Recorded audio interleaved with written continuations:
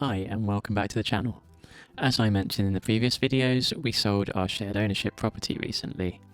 In this video, we will share how much we made from the sale based on our purchase in 2014 and sale in 2021.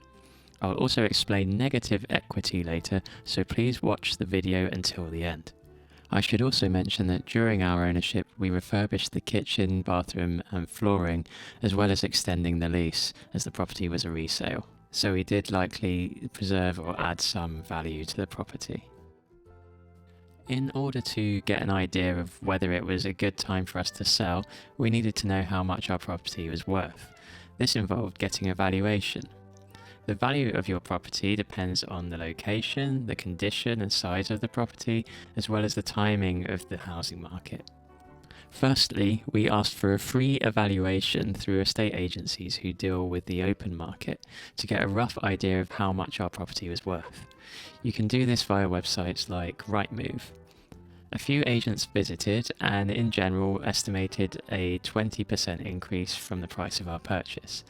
This was done as a full value estimate, but this percentage worked out the same when we calculated for our share.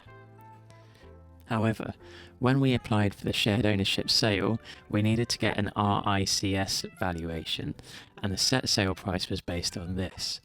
There is also a charge for an RICS valuation.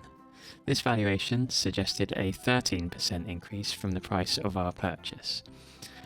Although this was 7% less than the open market valuations, we figured this was still a good increase for us, and after all, shared ownership is supposed to be an affordable housing scheme. So let's put this into an example.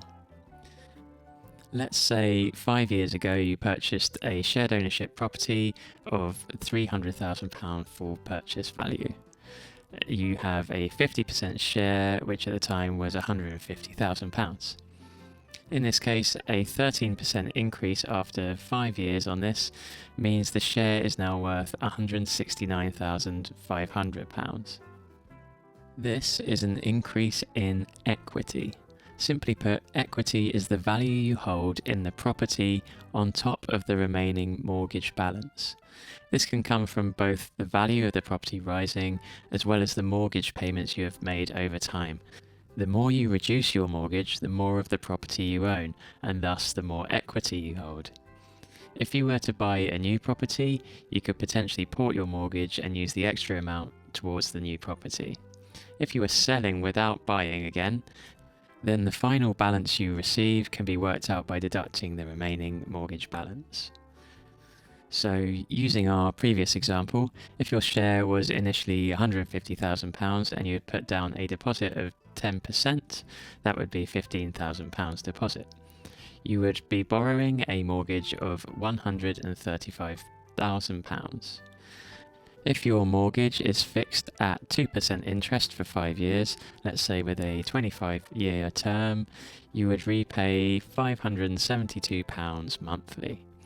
At the end of that 5-year term, you would have paid off £21,886 of your mortgage, leaving your remaining mortgage balance at £113,114.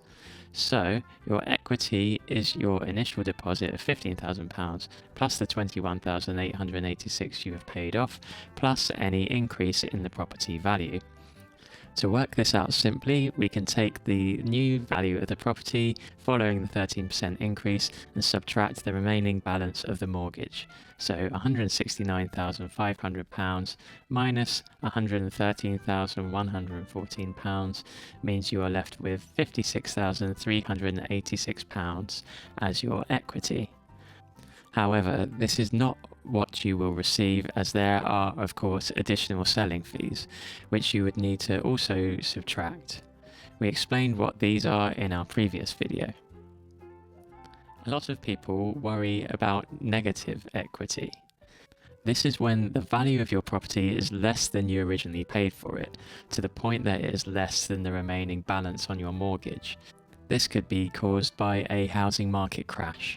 This last happened in 2008, falling by 16%. With our previous example, if the full value of the property fell by 20% a year after we bought it, our share would have also dropped by 20%. This means our initial £150,000 50% share would now be worth just £120,000. Yet we would still owe £130,796 on the mortgage.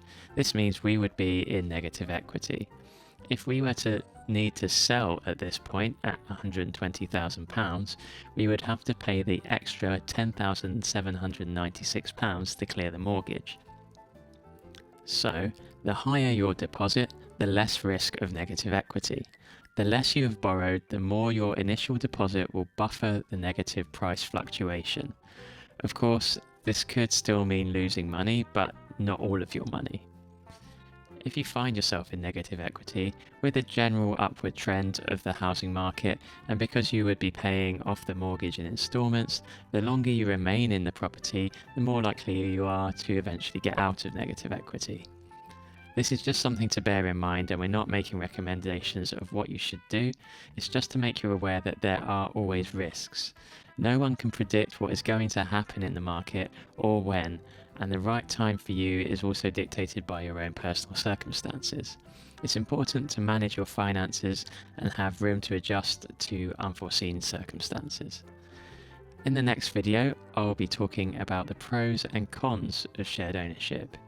If you like this video, please click the like button, and why not subscribe, as I'll be bringing you more videos on this topic.